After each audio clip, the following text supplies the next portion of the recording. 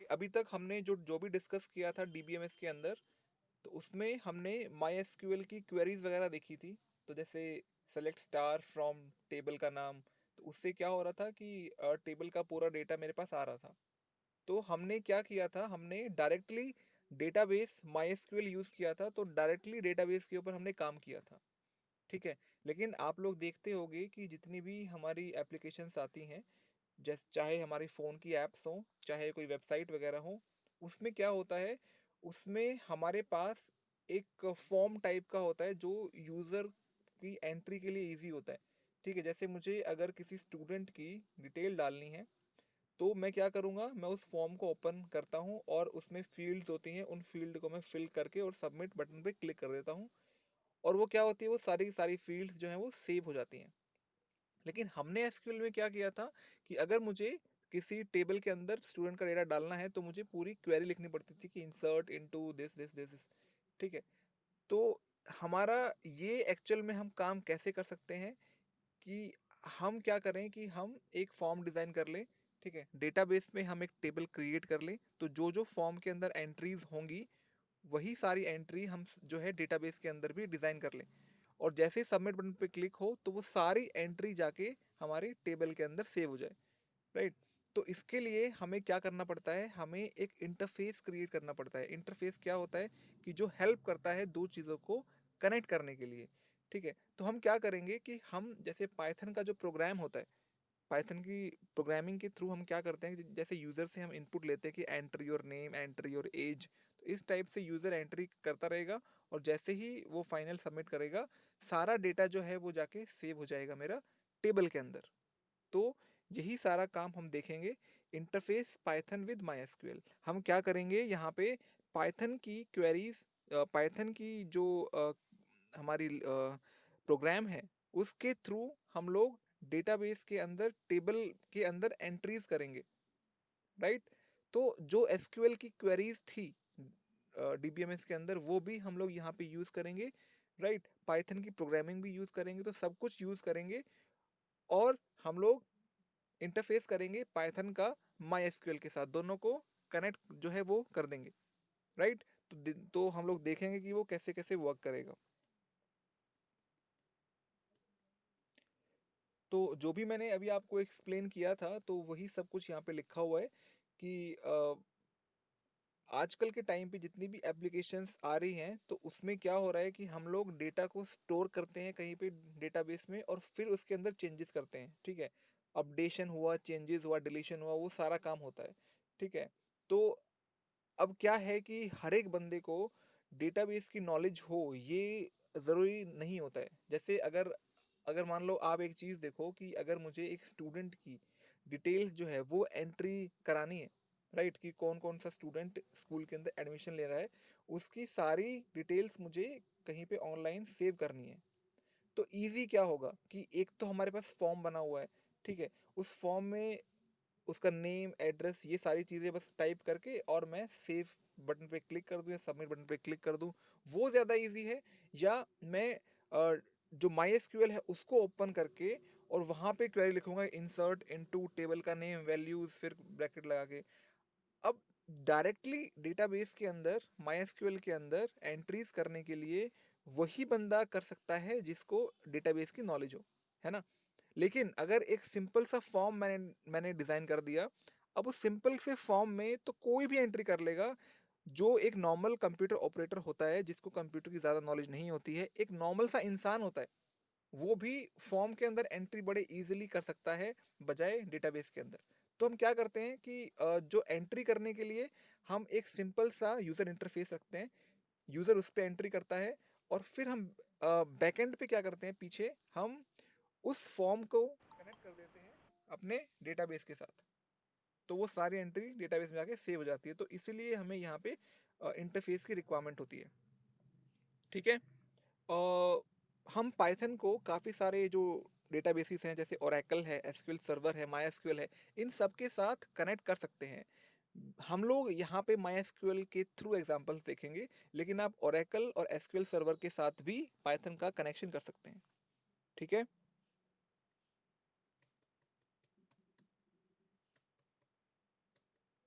Okay, सबसे पहले हम लोग डिस्कस करते हैं कि कनेक्शन करने के लिए प्री रिक्विजिट क्या है, मतलब हमें हमारे पास क्या क्या चीज़ें पहले से होनी चाहिए, तभी जो है वो कनेक्शन हो पाएगा, राइट। तो मैं आपको बता दूं कि हमारे पास पाइथन तो इंस्टॉल होना ही चाहिए, प्लस हमारे पास MySQL का 5.7.3 वर्जन या उससे जो लेटेस्ट वर्जन है वो होना चाहिए, या तो 5.7.3 या उससे लेटेस्ट वर्जन होगा, तभी हमारा ये कनेक्टर जो है ये वर्क करेगा। ठीक है, तो कनेक्ट करने के लिए हमारे पास एक कनेक्टर होता है जो हमें डाउनलोड करना पड़ेगा, जिसका नाम है mysql डॉट कनेक्टर। ये हमारे पास एक लाइब्रेरी है जो हमारी हेल्प करती है पाइथन को mysql के साथ कनेक्ट करने के लिए, राइट। तो उसको डाउनलोड करना बिल्कुल भी मुश्किल नहीं है, यहाँ पे स्टेप्स दिए गए हैं कि आप डायरेक्ट कमांड प्रॉम्प्ट होती है, जैसे यहाँ पे आप स्टार्ट पे जाओगे तो यहाँ पे आप टाइप करोगे cmd, तो ये इस टाइप से कमांड प्रॉम्प्ट जो है ये ओपन हो जाती है ब्लैक स्क्रीन, उस पे आप सीधा टाइप कर दोगे, जैसे ये आता है, ये लिखा हुआ है, आप कमांड लिखोगे पिप स्पेस लिखोगे इंस्टॉल और स्पेस लिखोगे MySQL कनेक्टर। तो आप ये पूरी कमांड जब टाइप कर दोगे यहाँ पे, तो वो आपका कनेक्टर जो है वो डाउनलोड हो जाएगा, राइट। इसके अलावा अगर आपको ये नहीं करना है तो आप डायरेक्ट भी डाउनलोड कर सकते हो, यहाँ पे ये नीचे वेबसाइट का नाम दिया हुआ है, ठीक है पूरा, तो यहाँ से जाके भी आप डाउनलोड कर सकते हो, राइट, दोनों तरीके से। लेकिन पहले आपको MySQL का कनेक्टर जो है वो डाउनलोड करना पड़ेगा, उसके बाद ही हम कनेक्शन एस्टेब्लिश कर सकते हैं।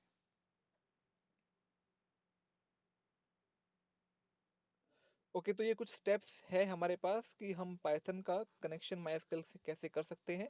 तो सबसे पहले आप पाइथन को ओपन करोगे, ठीक है। जो हमारा हमने जो डाउनलोड किया हुआ था MySQL डॉट कनेक्टर, जो हमने अभी लास्ट स्लाइड में देखा था कि डाउनलोड कैसे करना है, तो जो हमने डाउनलोड किया हुआ था उसको मैं इंपोर्ट करूंगा अपने प्रोग्राम के अंदर। आपको पता है हमने पहले भी डिस्कस किया हुआ है कि जो लाइब्रेरी फाइल्स होती हैं, जो पैकेजेस होते हैं, उनको अगर मुझे यूज़ करना है अपने प्रोग्राम के साथ तो मुझे उसको पहले अपने प्रोग्राम में इंपोर्ट करना पड़ेगा, ठीक है। तो मैं इंपोर्ट करूंगा, उसके बाद डेटाबेस के साथ कनेक्शन करूंगा। अब देखो क्या होता है कि MySQL जब मैं इंपोर्ट SQL डॉट कनेक्टर जो है वो इंपोर्ट कर लूँगा, उसके बाद मैं कनेक्शन एस्टेब्लिश करूँगा अपने डेटाबेस के साथ, ठीक है। उसके बाद मैं एक कर्सर क्रिएट करूँगा। कर्सर क्या होता है, ये भी एक इम्पॉर्टेंट टॉपिक है इसके अंदर कि कर्सर क्या होता है। देखो क्या होता है कि जब मैं देखो जब मैंने अगर मैं एसक्यूएल की बात करता हूँ तो एसक्यूएल में मेरे पास मान लो एक टेबल पड़ी हुई है जिसके अंदर मान लो 100 एंट्रियां हैं, 1000 100 एंट्री है मान लो, राइट। लेकिन उसमें से मुझे कोई 2-3 एंट्रीज ही निकालनी है, मतलब मुझे उस स्टूडेंट का डेटा चाहिए जिसकी एज जो है वो <20 हो, ठीक है। तो तो 100 डेटा में से मान लो 5 या 6 स्टूडेंट ऐसे हैं जिनकी एज <20 है, तो उनका ही डेटा मेरे पास आ जाएगा एज ए आउटपुट। लेकिन यहाँ पे ऐसा नहीं होता है। पाइथन का जो मैं इंटरफेस करूंगा MySQL के साथ, तो उस केस में क्या होता है कि पूरा का पूरा डेटा मेरे पास उठ के आता है, ठीक है। पूरी टेबल का जो डेटा है वो उठ के आता है, तो मुझे क्या चाहिए, मुझे एक टेम्परेरी स्पेस चाहिए जो उस डेटा को स्टोर कर सके। तो कर्सर हमारा कुछ नहीं है, एक टेम्परेरी स्टोरेज है जहाँ पे मैं टेबल के डेटा को स्टोर कर लेता हूँ। उसके बाद मुझे उस डेटा में से पूरा का पूरा जो है डेटा वो चाहिए एज ए आउटपुट। उसमें से कुछ टपल्स चाहिए मुझे, टपल्स आपको पता है रोज को बोलते हैं, तो कुछ टपल्स चाहिए मुझे एज ए आउटपुट, वो मैं बाद में डिसाइड कर लेता हूँ, उसके हिसाब से क्वेरी लिखता हूँ। लेकिन कर्सर क्या होता है, हमारा एक टेम्परेरी स्टोरेज होती है जो टेबल के डेटा को स्टोर करने में हमारी हेल्प करती है, ठीक है। उसके बाद मैं क्वेरी लिखता हूँ, तो जैसे MySQL की जितनी क्वेरीज थी वो सारी की सारी एज इट इज़ जो है मैं यहाँ पे पाइथन के अंदर यूज़ करूँगा, सेम कोई चेंज नहीं है, सेम क्वेरी लिखूंगा मैं, राइट। और जो भी रिजल्ट आएगा उसको मैं स्टोर कर लूँगा, राइट। और फिर फाइनली मैं उसको क्लीन अप कर दूंगा एनवायरनमेंट को। वो कैसे होगा वो हम लोग अभी देखेंगे। ओके, सबसे पहले जैसे मैंने बताया था कि पहला स्टेप क्या है कि मैं पाइथन को ओपन करके मैं इंपोर्ट करूंगा MySQL कनेक्टर को। ये इंपोर्ट तभी होगा, मैं फिर से रिपीट कर रहा हूँ, इंपोर्ट तभी होगा जब हम आपने इसको डाउनलोड कर रखा होगा। डाउनलोड कैसे होगा वो हमने भी डिस्कस किया था ऊपर। तो आप प्रोग्राम पाइथन का प्रोग्राम जब ओपन करोगे तो आप उसमें सबसे पहले लिखोगे import mysql डॉट कनेक्टर। एक चीज़ और मैं आपको एक्सप्लेन कर दूं कि ये जो भी हम डिस्कस कर रहे हैं कनेक्शन जो बनाना, ये आपके कंप्यूटर पे ही हो पाएगा। फ़ोन के अंदर जो हमने पाइड्रॉइड 3 ऐप इंस्टॉल की हुई है उसके अंदर कनेक्शन नहीं हो पाएगा। ये कंप्यूटर के अंदर ही हो पाएगा। आपने पाइथन का सॉफ्टवेयर डाउनलोड कर रखा होगा, उसके थ्रू ही ये कनेक्शन हो पाएगा। ठीक है। या दूसरा तरीका क्या है कि हम मैंने ये स्टेटमेंट लिखी है my dot connector as M S. आपको पता है इस एज का मतलब क्या होता है? इसका मतलब होता है एलियास, मतलब कोई निक नेम जो है वो हमने दे दिया। अब क्या होगा कि माई डॉट कनेक्टर, इसके अंदर बहुत सारी कमांड्स होती हैं, बहुत सारे फंक्शंस होते हैं जो हम लोग यूज़ करने वाले हैं जो प्रोग्राम बनाएंगे पाइथन का उसके अंदर, राइट। तो इसके फंक्शंस को माई डॉट कनेक्टर, इसके फंक्शंस को यूज़ करने के लिए आपको हमेशा ये पूरा का पूरा टाइप करना पड़ेगा पहले कि माई डॉट कनेक्टर, फिर डॉट लगा के फिर फंक्शन का नाम लिखोगे।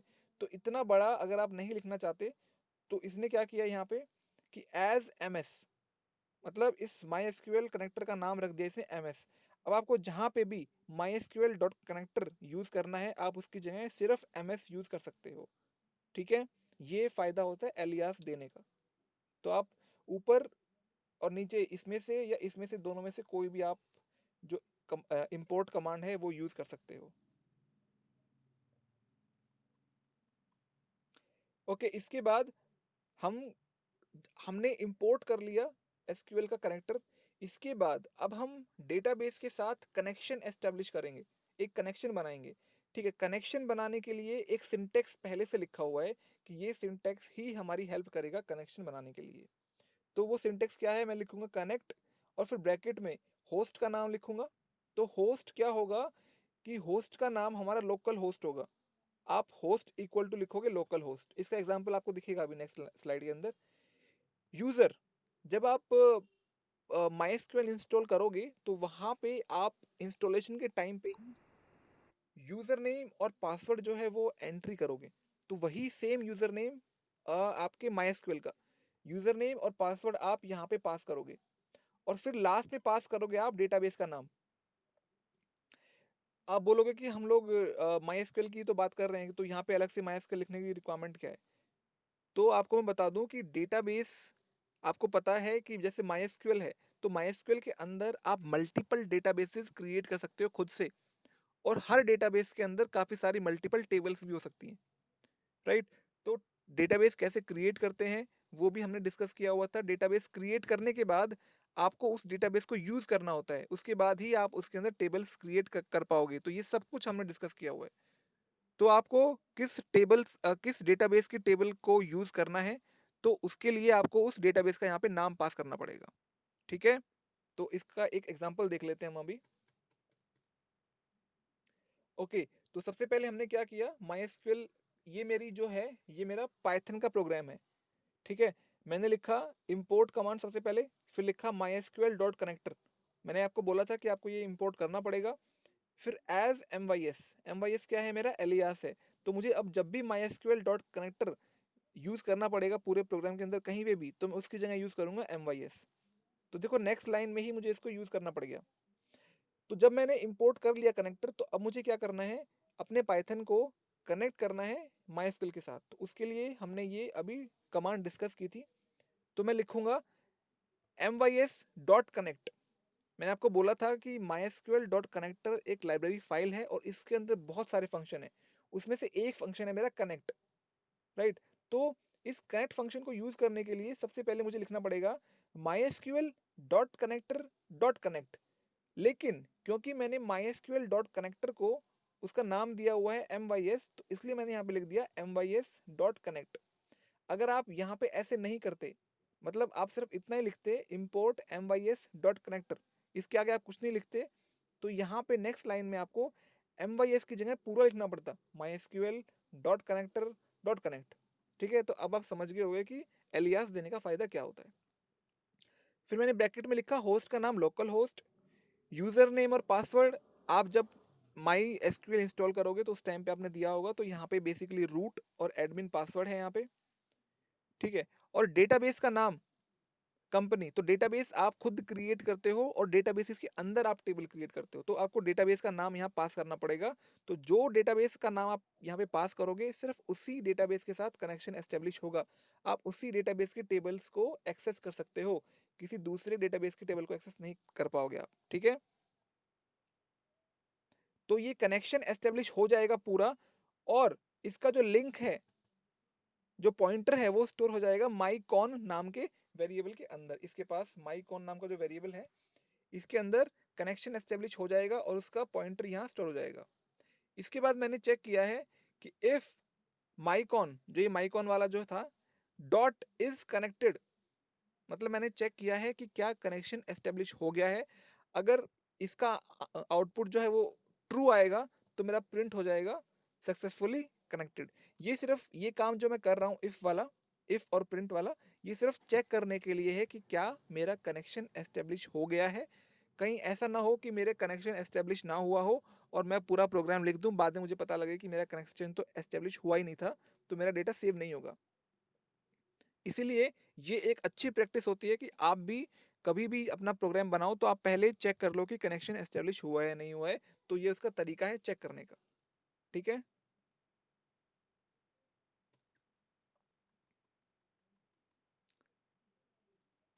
ओके, तो यहाँ पे एक टेबल दिखाई गई है कि इस टेबल के ऊपर जो है आगे वर्क होने वाला है। तो ये मेरी एसक्यूएल की कमांड लिखी है कि select star from EMP, EMP मेरी टेबल का नाम है, और इस टेबल के अंदर 4 कॉलम है मेरे, और ये 5 एंट्रीज हैं, ठीक है। इसके ऊपर हम लोग वर्क करने वाले हैं आगे। ओके, क्रिएटिंग कर्सर, मैंने आपको अभी डिस्कस किया था कि कर्सर क्या होता है।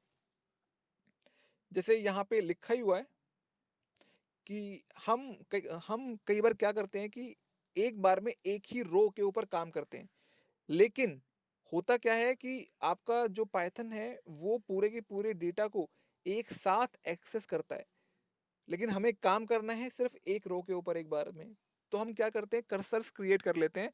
कर्सर क्या होता है, टेम्परेरी स्टोरेज होती है, उसके अंदर मेरी टेबल का डेटा पड़ा रहेगा, और उसमें से मुझे कितना डेटा चाहिए उसके हिसाब से मैं अपने प्रोग्राम लिखूंगा, ठीक है। तो ये कर्सर क्रिएट कैसे होता है, ये हम नेक्स्ट वाली जो स्लाइड है इसके अंदर देखेंगे, ठीक है। तो यहाँ पे सबसे पहले लिखूंगा मैं कनेक्शन ऑब्जेक्ट। कनेक्शन ऑब्जेक्ट वो है जिसके अंदर हमने कनेक्शन क्रिएट किया था। आपको याद है कि कनेक्शन वाली जो कमांड थी, देखो अभी इस वाले प्रोग्राम के अंदर जब मैंने कनेक्शन क्रिएट किया था, ये वाला mys.connect वाला जो कनेक्शन क्रिएट किया था, तो ये कनेक्शन सेव कहाँ हुआ था, माईकॉन के अंदर, ठीक है। तो कनेक्शन ऑब्जेक्ट कौन सा है मेरा, माईकॉन। तो मैं लिखूंगा कनेक्शन ऑब्जेक्ट डॉट कर्सर, बस इतना ही लिखना है। तो इसका एग्जांपल क्या होगा, माईकॉन, आपको पता है कि हमने अभी ऊपर कनेक्शन क्रिएट किया था और उसको स्टोर किया था माईकॉन के अंदर। तो मैं लिखूंगा माईकॉन डॉट कर्सर, तो हमारा कर्सर क्रिएट हो जाएगा और इस नाम के वेरिएबल के अंदर उसका पॉइंटर स्टोर हो जाएगा, माई कर्सर, ठीक है। अब क्वेरी एग्जीक्यूट करने के लिए मैं कैसे कौन सी क्वेरी लिखूंगा, मतलब कौन सी कमांड लिखूंगा क्वेरी एग्जीक्यूट करने के लिए। क्वेरी हमारी एसक्यूएल की होगी। जब भी मैं बोलता हूँ क्वेरी, तो क्वेरी का मतलब होती है एसक्यूएल की क्वेरीज, ठीक है। पाइथन का मेरा कोड होता है, राइट। तो मैं क्या लिखूंगा, माई कर्सर, माई कर्सर देखो वही है, अभी जो हमने कर्सर क्रिएट किया था ये, डॉट एग्जीक्यूट ये मेरी कमांड होगी, और ब्रैकेट में मेरी एसक्यूएल की पूरी क्वेरी, तो select star from EMP, right. तो एसक्यूएल की जितनी क्वेरीज आपने पढ़ी थी वो सारी हम लोग यहाँ पे एज इट इज इस ब्रैकेट के अंदर यूज कर सकते हैं। तो जो भी आप क्वेरी लिखोगे उसी हिसाब से आउटपुट जो है वो क्रिएट हो जाएगा। तो हम एक बार इसको पूरा प्रोग्राम देख लेते हैं। ओके, सबसे पहले क्या किया मैंने, इंपोर्ट किया mysql.connector और उसका एलियास क्रिएट कर लिया mys। ये काम हमने देखा था अभी। सेकंड स्टेप भी सेम है, हमने कनेक्शन एस्टेब्लिश किया और उसको स्टोर कर लिया माईकॉन के अंदर, ठीक है। फिर मैंने कर्सर क्रिएट किया, तो मैं लिखा माईकॉन डॉट कर्सर और उसको स्टोर कर लिया मैंने माई कर्सर के अंदर, ठीक है। और फिर मैंने क्या किया, अब मुझे क्वेरी एग्जीक्यूट करनी है। मैं लिखा माई कर्सर डॉट एग्जीक्यूट, ठीक है।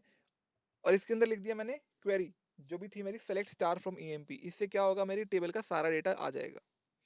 ठीक है, तो अभी मैंने अगर प्रिंट किया कि माई कर्सर के अंदर क्या है, ये मेरा माई कर्सर था, इसके अंदर क्या है, तो मेरा ये आउटपुट आया, सेलेक्ट स्टार फ्रॉम ईएमपी, ये है अभी इसके अंदर। ठीक है, अभी मुझे अगर इसमें से डेटा रिट्रीव करना है तो उसके लिए अलग कमांड्स होती हैं।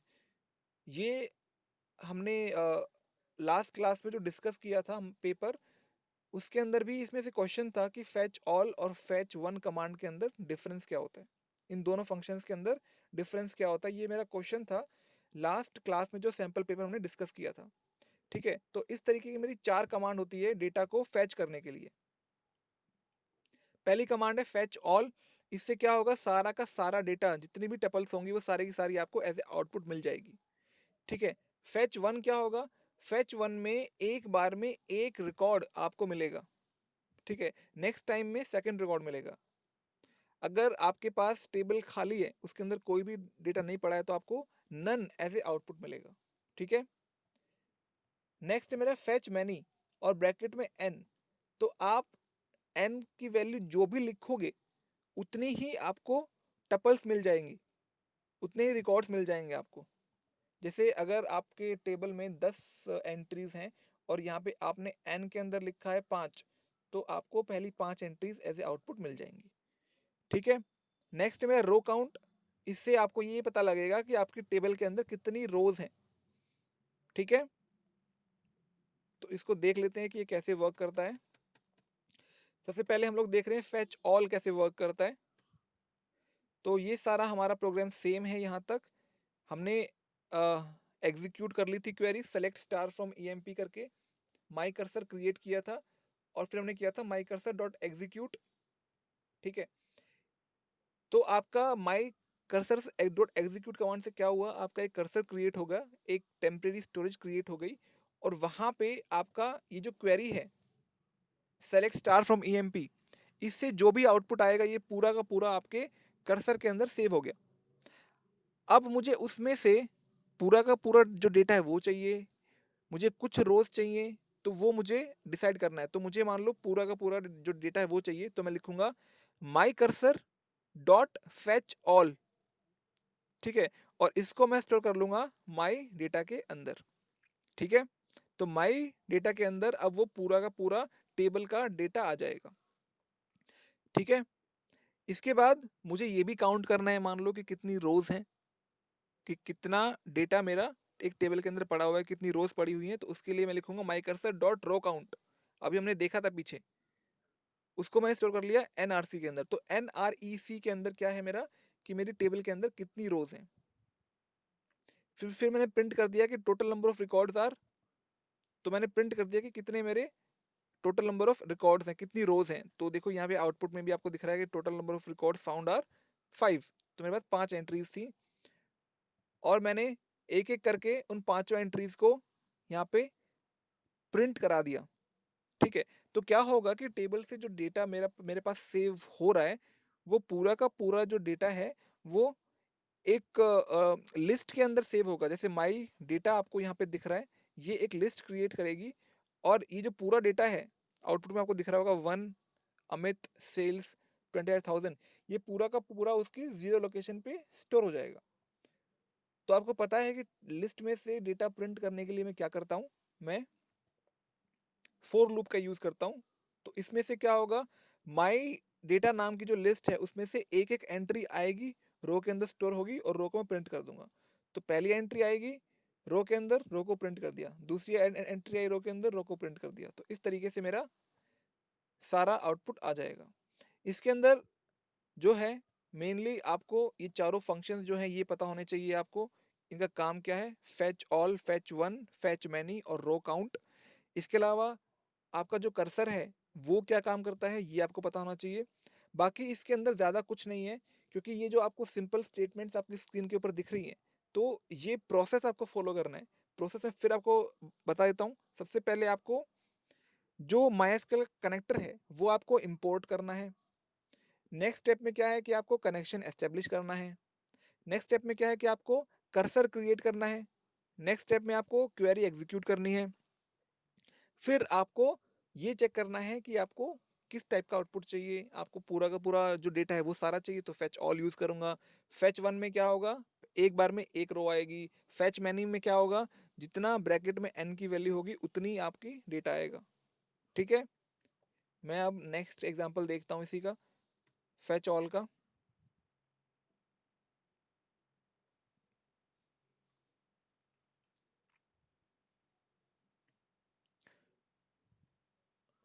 ओके, ये मेरा पूरा का पूरा सेम है। अभी तक देखो, लास्ट एग्जांपल मैं आपको दिखाऊं, तो जब मैंने डेटा को प्रिंट कराया था, तो आपको दिख रहा होगा कि जब डेटा को मैंने प्रिंट कराया था, तो यहाँ पे क्या था, माई डेटा के अंदर मेरा टेबल का सारा डेटा था, उसको मैंने रो नाम के वेरिएबल के अंदर सेव किया था, तो पूरी की पूरी रो एक ही वेरिएबल के अंदर सेव हो रही थी। लेकिन यहाँ पे मैंने क्या किया है कि अगर मैं सारा का सारा डेटा अलग अलग चाहता हूँ, तो मैंने उतने ही वेरिएबल ले लिए यहाँ पे। तो मैंने लिया ENDS, फोर ई एक वेरिएबल है, एन भी वेरिएबल है, डी भी वेरिएबल है, एस भी वेरिएबल है, और फिर लिखा है इन माई डेटा। अब क्या होगा, माई डेटा से एक एक रिकॉर्ड उठ के, जैसे जो मेरा वन है, वन आ जाएगा ई के अंदर, जो अमित है वो आ जाएगा एन के अंदर, सेल्स है आ जाएगा डी के अंदर, 25,000 है वो आ जाएगा एस के अंदर, और उन सबको मैंने प्रिंट कर दिया। इसका फायदा क्या होगा कि अगर आपको किसी एक डेटा के ऊपर वर्क करना है, मान लो आपको सिर्फ जो है उसकी सैलरी से मतलब है, तो आप सैलरी के ऊपर काम कर सकते हो इस तरीके से। ठीक है, जबकि पुराना जो एग्जांपल था उसके अंदर पूरी रो का डेटा एक ही वेरिएबल के अंदर आ रहा था, तो उससे एक पर्टिकुलर डेटा निकालना, उसमें सिर्फ सैलरी निकालना बहुत मुश्किल काम था। लेकिन यहाँ पे जब मैंने अलग अलग वेरिएबल के अंदर अलग अलग डेटा स्टोर कर लिया, तो मैं उसमें से किसी एक डेटा के ऊपर वर्क करना है तो मैं बड़ा इजीली कर सकता हूँ।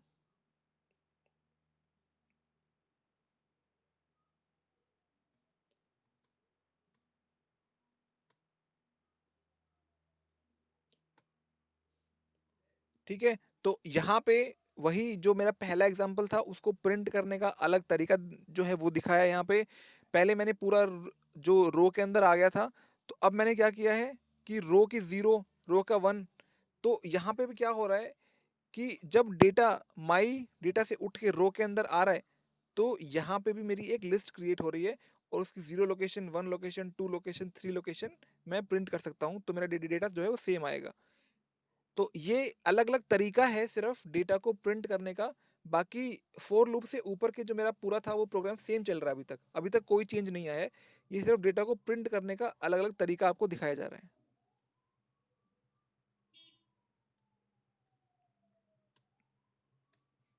नेक्स्ट कमांड थी मेरी फेच वन। तो इसके अंदर भी मेरा जो प्रोग्राम है वो ऑलमोस्ट सेम है। हमने सिर्फ क्या किया है कि जब माई कर्सर डॉट फेच वन लिखा हुआ है, पुराने जो प्रोग्राम था उसमें क्या था, फेच ऑल था, यहाँ पे लिखा है फेच वन। तो एक जो डेटा है, एक रो है, वो आएगी मेरी माई डेटा के अंदर। उसके बाद मैंने काम सेम किया है, रो काउंट किया है मैंने, जो जैसे लास्ट जो प्रोग्राम था उसके अंदर किया था, तो यहाँ पे भी मैंने रो काउंट किया है। फिर मैंने क्या किया है, देखो, मैंने नंबर ऑफ रोज कितनी है वो प्रिंट कर दी। मैंने माई डेटा, तो माई डेटा के अंदर क्या है, मेरी एक रो आई थी, सिर्फ सिंगल रो। फेच वन में क्या होता है, एक बार में एक ही रो आती है। ठीक है, उसके बाद मैंने दोबारा लिखा है माई कर्सर डॉट फैच वन। अब क्या होगा कि नेक्स्ट रो फैच होगी। तो ऐसे करके आपकी मल्टीपल जो है वो फैच होती रहेगी, होती रहेगी, होती रहेगी। ठीक है, ये काम आप लूप के अंदर भी कर सकते हो कि आप फैच वन वाली जो कमांड है इसको लूप में डाल दो, तो जितनी बार लूप चलेगा उतनी बार फैच वन कमांड रन होगी, और उतनी बार ही आपका डेटा जो है वो उठ के आता रहेगा आपके पास। बाकी कुछ नहीं है इसके अंदर, सिर्फ यही चेंज किया है कि फैच ऑल की जगह फैच वन लगा दिया है। तो फेच ऑल में तो पूरा का पूरा डेटा एक साथ आया था उठ के, लेकिन यहाँ पे एक रो आएगी एक बार में, तो इसलिए मैं एक रो उठाई फेच वन की हेल्प से, उसको प्रिंट कर दिया। फिर मैंने उठाई फेच वन की हेल्प से, फिर उसको प्रिंट कर दिया। ठीक है, तो इस तरीके से मेरा फेच वन जो है ये वर्क करता है।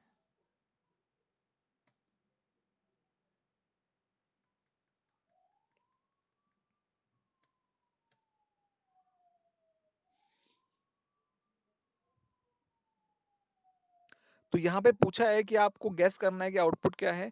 ठीक है, तो ये आपको मुझे फिर से दिखाना पड़ेगा, तो मैं टाइम वेस्ट नहीं करने वाला, क्योंकि मेरे लैपटॉप की बैटरी जो है वो बहुत ही कम बची हुई है।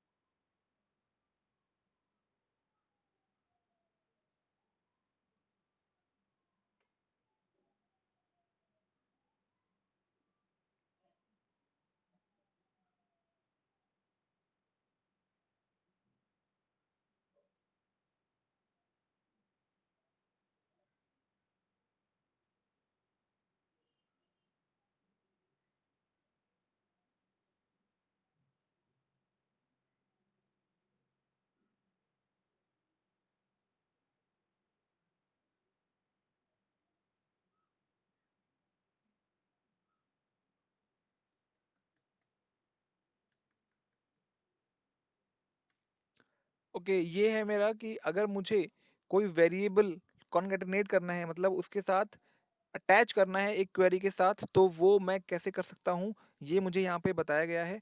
ठीक है, इसमें मैंने फिर से क्या किया है कि स्टार्टिंग में ही मैंने कनेक्शन जो है वो क्रिएट कर लिया है। मैंने MySQL डॉट कनेक्टर जो है वो इंपोर्ट किया है, फिर कनेक्शन एस्टेब्लिश किया है, सेम क्वेरी है, कोई दिक्कत नहीं है। राइट।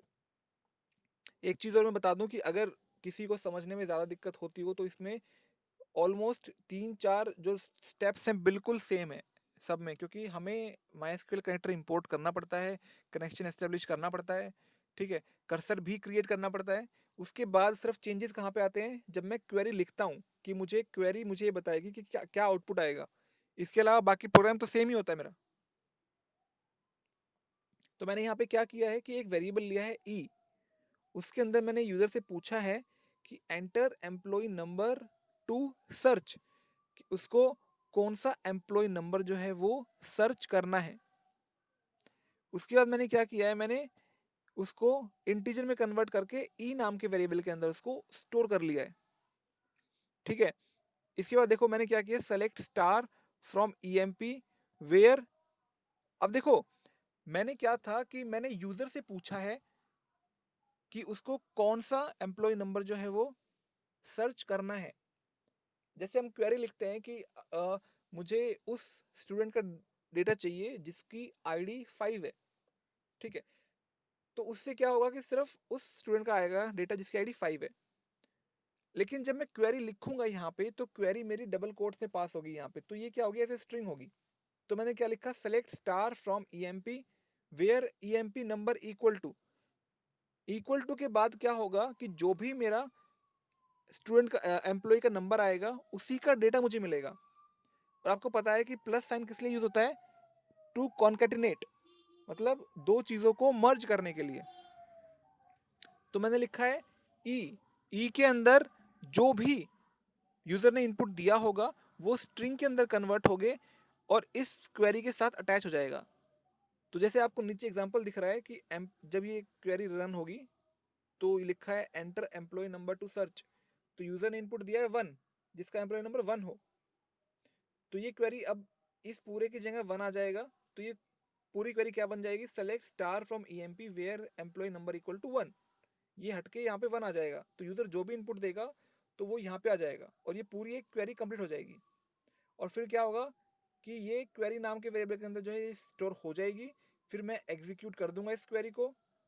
और फिर मैंने किया है माई कर्सर डॉट फैच वन से क्या होगा, सिर्फ एक ही रो मेरी आएगी। ठीक है, तो जो मेरी इस कंडीशन से मैच करती होगी, जिसका एम्प्लॉय नंबर 1 होगा, वही रो मेरी जो है वो माई कर्सर के अंदर आ जाएगी। और फिर मैंने फैच 1 कर लिया है, डेटा के अंदर उसको स्टोर कर लिया है। फिर मैंने चेक कराया कि if data not equal to 1, data ये वेरिएबल है जिसके अंदर वो रो आएगी। तो नन का मतलब आपको पता है कि अगर कर्सर के अंदर कुछ भी नहीं आता है तो नन आएगा। अगर कोई क्वेरी से जो भी मेरी टपल थी वो उठ के आएगी तब तो ठीक है, अगर कोई भी टपल नहीं आ रही है उठ के, तो उस केस में मेरा जो कर्सर है उसके अंदर नन आएगा। तो यही मैं चेक कर रहा हूँ कि if data is not equal to none, कि अगर नन नहीं है तो मैं प्रिंट कर दूंगा डेटा को। अगर वो नन है तो इसका मतलब क्या है कि नो सच एम्प्लॉय नंबर। तो इसको जब मैंने रन किया तो देखो, जब मैंने 1 इनपुट में दिया तो जिसका एम्प्लॉय नंबर 1 था उसी का डेटा आ गया मेरे पास। और जब मैंने इसको दोबारा रन किया तो मैंने इसको किया 6, तो 6 ऐसा कोई एम्प्लॉय नहीं है, तो इसलिए नो सच एम्प्लॉय नंबर। जैसे मैंने पीछे बताया था आपको कि कौन सी टेबल हम लोग यूज़ करने वाले हैं।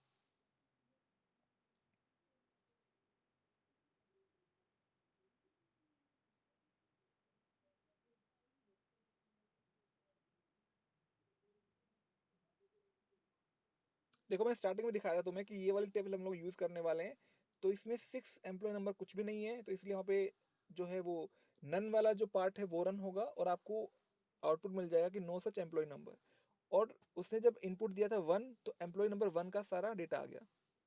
तो इस तरीके से हम लोग यूज़र से इनपुट लेके उसके हिसाब से जब हमें क्वेरी रन करनी होती है तो वो हम कैसे कर सकते हैं, उसके लिए हम कॉन्कैटिनेशन वाला काम जो है वो यूज़ करेंगे।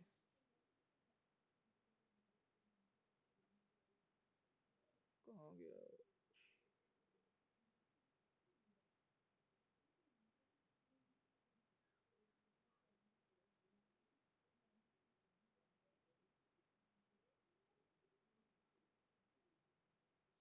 ओके, ये था हमारा। ठीक है, यूजर ने जो भी इनपुट दिया वो ई के अंदर स्टोर हो गया, और ई को मैंने क्वेरी के साथ अटैच कर दिया। ठीक है, क्योंकि मुझे एम्प्लॉय नंबर इक्वल टू कोई ना कोई वैल्यू तो मैं देता, लेकिन अगर मैं वही वैल्यू पहले से ही पास कर दूंगा तो हमेशा सेम ही आउटपुट आएगा मेरा। तो इसलिए मैंने क्या किया, यूजर से इनपुट लिया है कि उसको क्या एम्प्लॉय नंबर चाहिए, तो उसको मैंने प्लस साइन की हेल्प से कॉन्केटनेट कर दिया है क्वेरी के साथ। तो इसी तरीके से आप वेयर वाली क्वेरी सारी ऐसे ही वर्क करेंगी। ठीक है, नेक्स्ट क्लास में मैं आपको इसका लाइव एग्जांपल दिखाऊंगा। अभी सिर्फ हम लोग ये देख लेते हैं कि ये कैसे कैसे वर्क करता है। नेक्स्ट क्लास में मैं आपको पाइथन का जो हमारा सॉफ्टवेयर है उस पे इसको पूरे प्रोग्राम्स को रन करके दिखा दूंगा मैं आपको। ठीक है,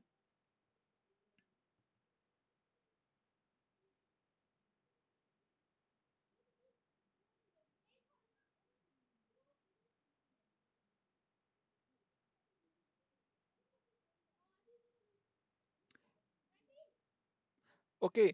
नेक्स्ट है मेरा कि मुझे अगर फॉर्मेटिंग की हेल्प से यूज करना है। जैसे अभी तो मैंने क्या किया था कि अभी एक ही जो वेरिएबल था उसमें वैल्यू पास की थी कि यूजर से मैंने एक ही इनपुट लिया था कि उसको कौन सा एम्प्लॉय नंबर जो है उसकी उसका डेटा चाहिए। लेकिन आपको पता है कि वेयर के बाद आप मल्टीपल जो है कंडीशन वो भी चेक कर सकते हो कि where employee number this, right, and salary greater than 20,000 and age is less than 25। तो ये सारी आपकी कंडीशन मैच होगी, वो डेटा आपको चाहिए। तो उस केस में आपको यूजर से मल्टीपल इनपुट्स जो है वो लेने पड़ेंगे। ठीक है, तो वो आप कैसे कर सकते हो? तो आप क्या करोगे, कुछ नहीं है, ज़्यादा मुश्किल कुछ नहीं है। तो जहाँ जहाँ पे आपको रिप्लेसमेंट करनी है, जैसे एम्प्लॉय नंबर इक्वल टू जो भी यूज़र देगा वो आना चाहिए, तो वहाँ वहाँ पे आप परसेंट एस लिखते रहोगे कि जैसे employee number equal to percent S and age is less than percent S and salary is greater than percent S. ठीक है, अब परसेंट एस की वैल्यू कहाँ से आएगी? परसेंट एस की जो वैल्यू है, जब आपकी क्वेरी पूरी खत्म हो जाएगी, आप डबल कोट्स बंद कर दोगे, उसके बाद आप फिर से परसेंट लिखोगे और ब्रैकेट के अंदर वो सारे वेरिएबल्स लिखोगे जिनकी वैल्यू आपको परसेंट एस को पास करनी है। और जिस सीक्वेंस में आप इन वेरिएबल्स को लिखोगे उसी सीक्वेंस में ये परसेंट एस को पास होंगे। जैसे यहाँ पे लिखा हुआ है employee number equal to percent S, तो ई की वैल्यू जो है ये परसेंट एस को मिल जाएगी। अगर आपने और भी लिखे होते कि where employee number equal to percent S, मैं आपको एग्जांपल चेक कर लेता हूँ कि और भी होगा ऐसा। हाँ, जैसे ये है देखो, select star from EMP where department equal to percent S and salary is greater than equal to percent S. तो जितने भी कंडीशन हो गया परसेंट एस लिखते रहोगे, और डबल कोट्स जब बंद हो जाएंगे फिर आप एक बार और परसेंट लगाओगे और फिर ब्रैकेट के अंदर वो वेरिएबल लिखोगे जिनकी वैल्यू पास करनी है। तो मैंने लिखा है डी कॉमा एस, तो इस डी की वैल्यू मिलेगी इस वाले परसेंट एस को जो डिपार्टमेंट इक्वल टू है, एस की वैल्यू मिलेगी सेकंड वाले परसेंट एस को, तो वो सीक्वेंस में उसको वैल्यूज मिल जाएंगी। बाकी सब कुछ सेम है, बाकी कोई इसके अंदर कुछ चेंज नहीं है, राइट, जितना हमने पढ़ा था उतना ही है बाकी इसके अंदर।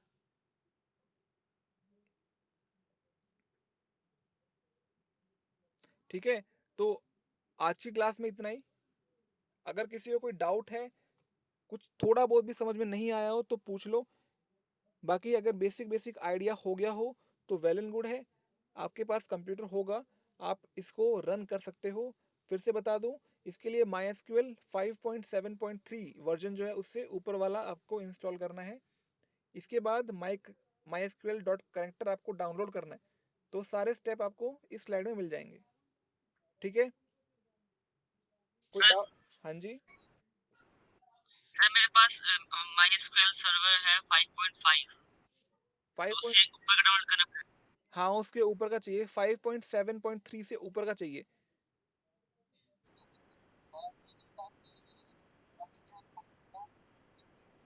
हाँ, हाँ, हो जाएगा, कोई दिक्कत नहीं होगी इसमें। ठीक है, आप डाउनलोड करके इसको रन करोगे तो आपको इसमें ज़्यादा मुश्किल नहीं है, क्योंकि 5-6 कमांड्स ही हैं, 5-6 लाइन्स है जो आपको याद करनी है, जो हर प्रोग्राम में यूज़ होंगी एज इट इज़। ठीक है, बस चेंज कहाँ पे आएगा, आपको फैच वन करना है, फैच ऑल करना है, इतना ही चेंज आएगा और कुछ नहीं आएगा। तो ये बहुत ही इजी टॉपिक होता है और इसमें से क्वेश्चन आता है जनरली। जो fetch one fetch all commands थी इनके ऊपर क्वेश्चन पूछ लेते हैं, कर्सर के ऊपर क्वेश्चन पूछ लेते हैं। अगर प्रोग्राम पूछना होगा तो वो भी आपसे पूछ सकते हैं। तो ये टॉपिक जो है ये आपको घर पे बैठ के अभी इसको रन करके देखना है, कनेक्शन बना के। बाकी जो थोड़ी बहुत क्वेरीज आपकी रहेंगी, डाउट्स रहेंगे, वो नेक्स्ट क्लास में मैं लाइव आपको इसको रन करके दिखा दूंगा, तब आपके सारे डाउट्स क्लियर हो जाएंगे। ठीक है, तो किसी को डाउट है तो पूछ लो।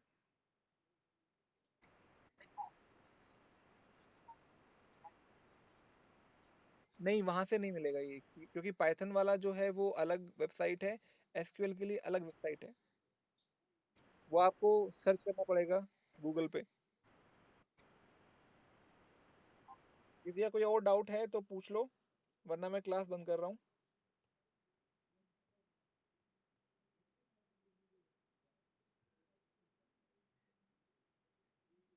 चलो ठीक है फिर, आज की क्लास में इतना ही, मिलते हैं नेक्स्ट क्लास में।